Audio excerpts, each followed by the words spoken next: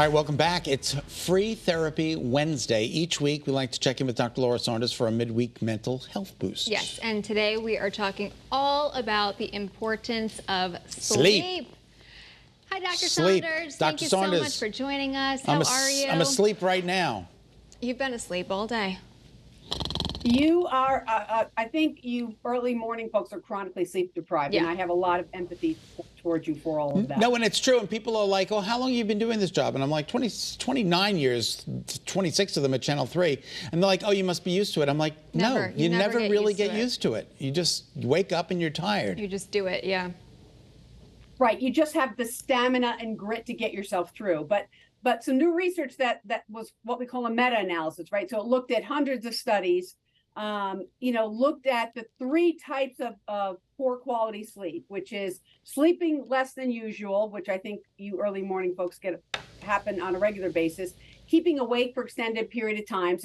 And just to have empathy, I was awake from 3 a.m. to 5 a.m. this morning for some unknown reason, and being awakened periodically throughout the night. So all of those three types of disruptive sleep cause fewer positive emotions, which includes joy and happiness, increased anxiety, and increased worrying.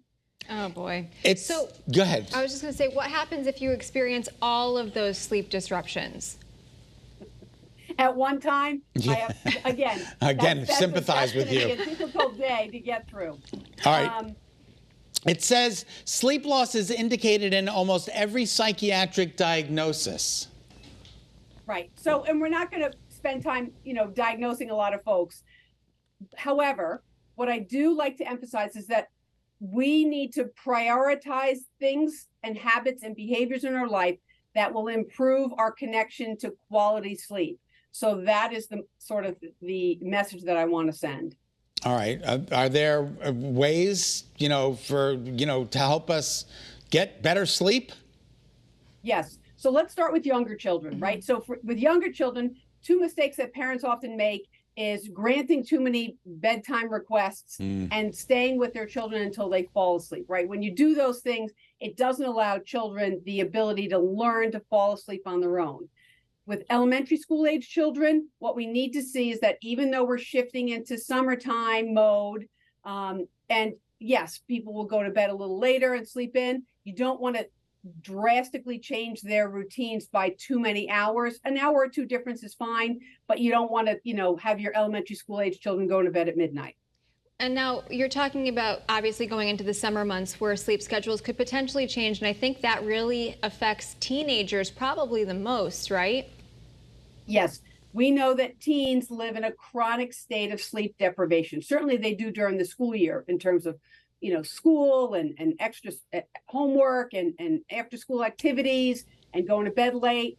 I knew a lot of kids who would come home, teenagers would come home from school, sleep for 3 or 4 hours, be up till midnight or 1 a.m., go back to sleep, get up at 6, right? That kind of disruptive sleep is actually terrible for your mental health and your energy. What about naps? I'm a big napper. Is that a disturbance, a hindrance, or does it actually help? So for individuals who rely on naps, I like to define what a nap is, right? Technically, a nap is under an hour. So that's a little quick catch up.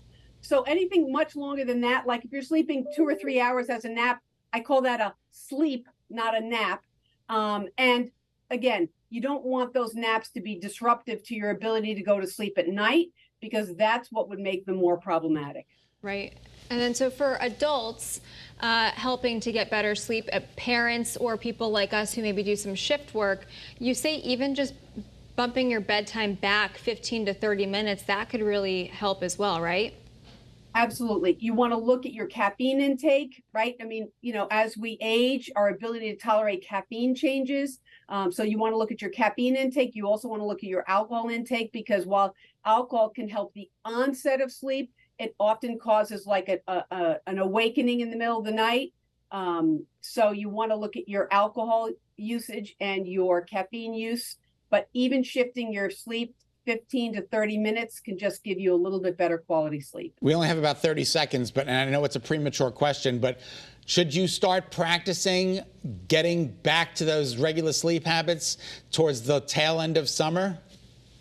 Yeah, I mean, it's the sooner we can get ourselves to create good habits, or try, in fact, to keep good habits through the summer and not get too disrupted, it makes the shifting towards the end of summer less problematic. All right. Well, I've been awake this entire interview, so good job. I appreciate the positive feedback.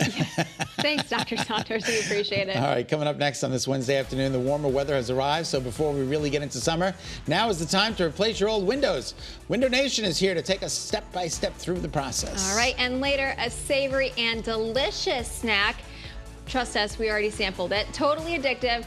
We're making a summer barbecue snack mix for our recipe of the week. Great Day, Connecticut. We'll be right back.